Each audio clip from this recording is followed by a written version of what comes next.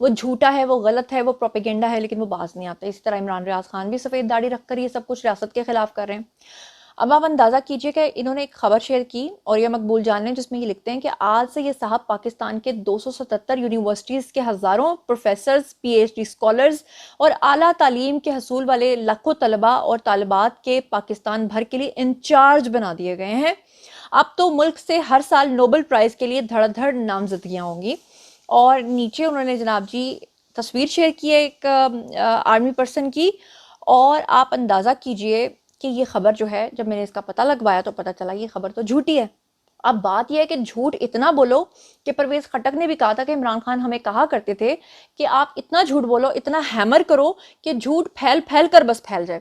اب وہ ہم حکومت سے, بلکہ میں حکومت سے مطالبہ کرتی ہوں کہ یہ جو گھٹیا نالی کے غلیظ کیڑے ہیں, جتنے بھی غلط انفارمیشن پھیلاتے ہیں, اس کے بارے میں ہمارے آرمی چیف آ کر اگر تقریر فرما دیتے ہیں یا پرائم منسٹر فرما دیتے ہیں, اور ان کے خلاف اگر آپ کوئی کاروائی نہیں کرتے تو پھر تقریریں بھی کرنے کا کوئی فائدہ نہیں ہے. اسی لیے تو ان لوگوں کے منہ کو کتا بندھا ہوا ہے, جس کے منہ کو جو دل کرتا ہے وہ بول جاتا ہے. اچھا, اب مزیدار بات آپ یہ دیکھیں کہ یہ جو ایک کباڑیا انکل ہے, انہوں نے وائٹ داڑھی تو نہیں رکھی, لیکن یہ بھی اپنے وائٹ والوں کا خیال نہیں کرتے. محترم فرماتے ہیں کہ عمران خان کے اداروں کے ساتھ مذاکرات کامیاب ہو گئے ہیں, خان کے تمام مطالبات مان لیے گئے ہیں, اور حکومت جو ہے وہ 60 دنوں کے اندر ختم ہونے جا رہی ہے, نئے الیکشنز ہونے جا رہے ہیں. محترم کیا فرما رہے ہیں؟ ہیو اے لک.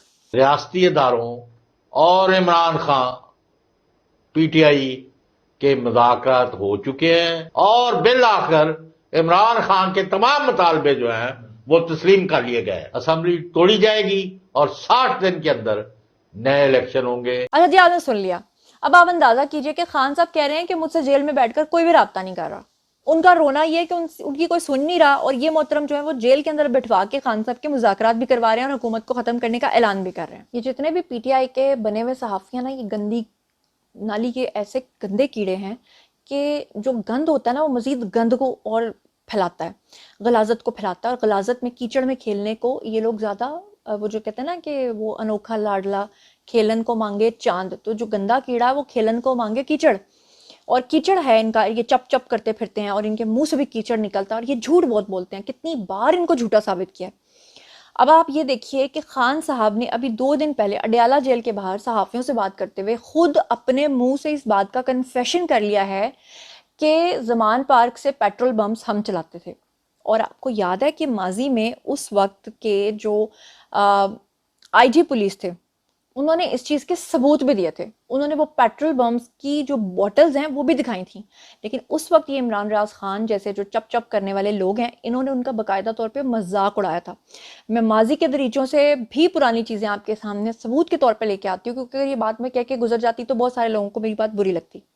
ثبوت کے طور پہ آپ کے سامنے یہ دیکھیں, عمران ریاض خان کا ٹویٹ رکھ رہی ہوں جو کہ انہوں نے 18/3/2023 کو کیا تھا. انہوں نے آئی جی پنجاب کے اوپر جو ہے وہ الزام لگاتے ہوئے اس چیز کو ان کا انکار کیا تھا کہ کوئی پیٹرول بمز جو ہیں وہ نہیں چلائے گئے. انہوں نے لکھا تھا کہ کن ذہنی انتشار کے شکار لوگوں کو پنجاب سونپ دیا گیا ہے جو پلاسٹک کی بوتلوں میں بم بنا رہے ہیں اور دکھا رہے ہیں. آپ کو یاد ہوگا اس وقت خان صاحب نے اس بات سے انکار کیا تھا کہ ہمارے لوگوں کو پیٹرول بمز تو بنانے ہی نہیں آتے, وہ تو پلاسٹک کی بوتلوں میں پیٹرول بھر کے پھینکتے ہیں. جبکہ حقیقت یہ تھی کہ وہاں سے جو لوگ پکڑے گئے تھے ان کا تعلق افغانستان سے تھا, جن کو پراپر ٹریننگ دی گئی تھی, اور وہ آگے لوگوں کو بمز بنا بنا کر دے بھی رہے تھے اور چلا بھی رہے تھے. لیکن عمران ریاض خان نے 2023 میں یہ بکواس کی تھی. اور آپ اندازہ کریں کہ خان صاحب کی یہ خبر میں ثبوت کے ساتھ آپ کے سامنے اٹیچ کر رہی ہوں, جس کو آپ دیکھ رہے ہیں, جس پہ لکھا ہوا ہے کہ سابق وزیر اعظم پاکستان تحریک انصاف کے بانی عمران خان نے لاہور میں زمان پارک آپریشن کے دوران پیٹرول بم پھینکنے کا اعتراف کر لیا. اور 2 دن پہلے خان صاحب نے کہا کہ نہیں وہ جی ایچ کیو کے سامنے تو ہم نے پیٹرول بم نہیں پھینکے تھے, وہ ہم نے زمان پارک سے پھینکے تھے. کیا یہ کنفیشن نہیں ہے؟ شرم سے ڈوب مرنا چاہیے عمران ریاض خان جیسے لوگوں کو, جو پچھلے دنوں میں یہ بھی جھوٹ پھیلاتے ہوئے پکڑے گئے ہیں کہ جی خان صاحب کو تو بنی گالا میں جا کر انہوں نے ہاؤس اریسٹ کیا ہوا. اندازہ کریں آپ ان لوگوں کے جھوٹوں کا, اور ان کو لوگ سنتے ہیں ملینز کی تعداد میں, اور اسی طرح کی حوصلہ افزائی ان کو ملتی ہے جس کی وجہ سے یہ جھوٹ پہ جھوٹ پھیلاتے ہیں. فساد فی الارض کرتے ہیں۔ 2-3 اور بڑی اہم خبریں ہیں جو آپ کے ساتھ شیئر کرتی ہیں، جس میں ایک خبر تو یہ ہے کہ نیا توشہ خانہ ریفرنس کیس جو ہے اس میں عمران خان اور بشرا بی بی کے جسمانی ریمانڈ میں 11 روز کی توسیع کر دی گئی ہے۔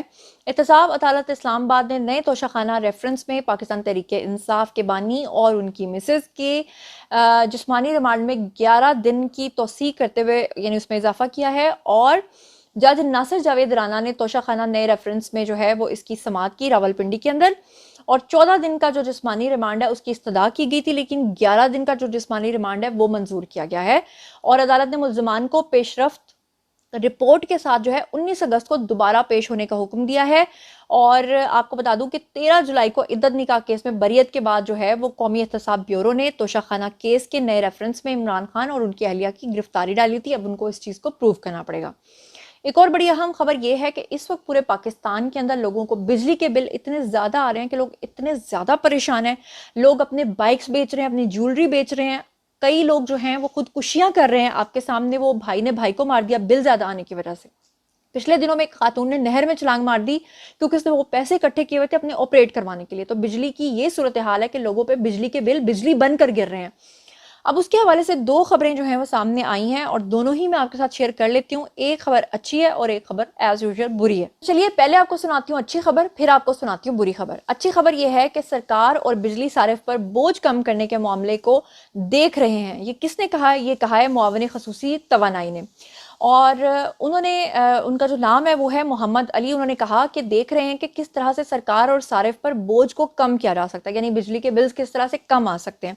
اس کے علاوہ انہوں نے کہا کہ نیشنل ٹاسک فورس جو ہے جو کہ اسٹرکچرل ریفارمز کمپنی کے اجلاس کے بعد جو ہے وزیر توانائی اویس لغاری اور معاون خصوصی نے پریس کانفرنس کرتے ہوئے کہا کہ اس میں جو پیش رفت ہوئی ہے اس سے انہوں نے لوگوں کو آگاہ کیا۔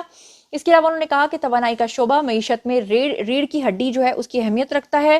انہوں نے کہا کہ اصلاحات کے اوپر عمل پیرا ہیں، ٹاسک فورس تشکیل دے دی گئی ہے، پاور سیکٹر سے منسلک تمام ادارے جو ہیں وہ ٹاسک فورس میں شامل ہیں، پاکستان کو توانائی کا ایک صحت مند شعبہ دیں گے۔ اور انہوں نے مزید کہا کہ جو پیداواری لاگت سے متعلق مسائل کو ہم دیکھ رہے ہیں، کس طرح سرکار اور صارف کے اوپر بوجھ کم کیا جا سکتا ہے، اس کے اوپر ہم جلد ہی پیش رفت سے آپ کو آگاہ کریں گے، اللہ کرے کہ یہ ہو جائے۔ اب بات کر لیتے ہیں تھوڑی سی بری خبر کی، بلکہ تھوڑی نہیں اچھی خاصی، کیونکہ بجلی سے متعلق جو ہے وہ لوگ بڑے پریشان ہیں کہ ان کو اتنے زیادہ بلز آ رہے ہیں۔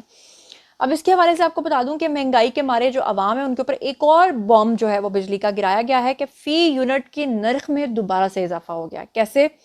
ملک میں بجلی 2 روپے 56 پیسے فی یونٹ مزید مہنگی کر دی گئی ہے، اور نوٹیفیکیشن بھی جاری کر دیا گیا۔ اب سوچ لیجئے کہ جون میں جو بلز آئے، جولائی میں اس سے بھی زیادہ آئے، اور اب اگست میں اس سے بھی زیادہ بلز آئیں گے۔ اب آپ اس کا اندازہ لگا لیجئے۔ نیپرا نے 2 روپے 63 پیسے فی یونٹ کا اضافہ جو ہے وہ مانگا تھا، اور وہ اضافہ جو ہے وہ کر دیا گیا ہے۔ آپ کو یہاں پر یہ بھی بتاتی چلوں کہ عمران خان کے دور حکومت میں جو بجلی اور مہنگائی کی سطح تھی وہ 38% پہ تھی، ابھی جو ہے وہ 12% پہ آئی تھی، مطلب نون لیگ کی گورنمنٹ کے دوران، یا جو یہ ان کی مشترکہ گورنمنٹ ہے، بیچ میں پیپلز پارٹی بھی ہے، تو پھر یہ آ گئی تھی 12% پہ۔ 12% سے یہ دوبارہ بڑھ کے چلی گئی 28% پہ۔ اب جو گورنر اسٹیٹ بینک ہے ان کا یہ کہنا ہے کہ آئندہ مالی سال میں مہنگائی کی جو شرح ہے اس کو ہم 5 سے 7% تک لے کر آئیں گے۔ اگر تو وہ سچ کہہ رہے ہیں تو اللہ کرے ان کی زبان مبارک ہو، اور پاکستان دوبارہ سے ہنستا کھیلتا پھلتا پھولتا پاکستان جو ہے وہ بنے، بالکل ویسے جیسے 2017 کا پاکستان کہتے ہیں نا نواز شریف صاحب۔ لیکن بات یہ ہے کہ یہ جو خوارج ہیں یا جتنے بھی یہ لوگ ہیں جو فساد فی الارض مچا رہے ہیں، جب تک آپ ان کا کلا کما نہیں کرتے، ریاست کو اس کے بارے میں سوچنا چاہیے۔ جب تک یہ ٹالریٹ کرتے رہیں گے یہ پاکستان کے اندر انریسٹ پیدا کرتے رہیں گے۔ بہرحال یہ تھا جناب آج کا ویڈیو۔ باری ہے جی آپ لوگوں کی، آئی کمنٹ سیکشن میں، اور مجھے بتائیے کہ آپ ان تمام خبروں کے بارے میں کیا سوچتے سمجھتے ہیں۔ جو کچھ بھی آپ سوچتے سمجھتے ہیں شیئر کیجیے، پرسنلی جواب دوں گی۔ مزید خبریں، ولاگز، انٹرویوز اور سیاسی تجزیے جاننے کے لیے میرے ساتھ کنیکٹڈ رہنا ہرگز مت بھولیے گا۔ چینل کو سبسکرائب کر لیجیے گا۔ اپنا بہت خیال رکھیے گا۔ اللہ نے کے بعد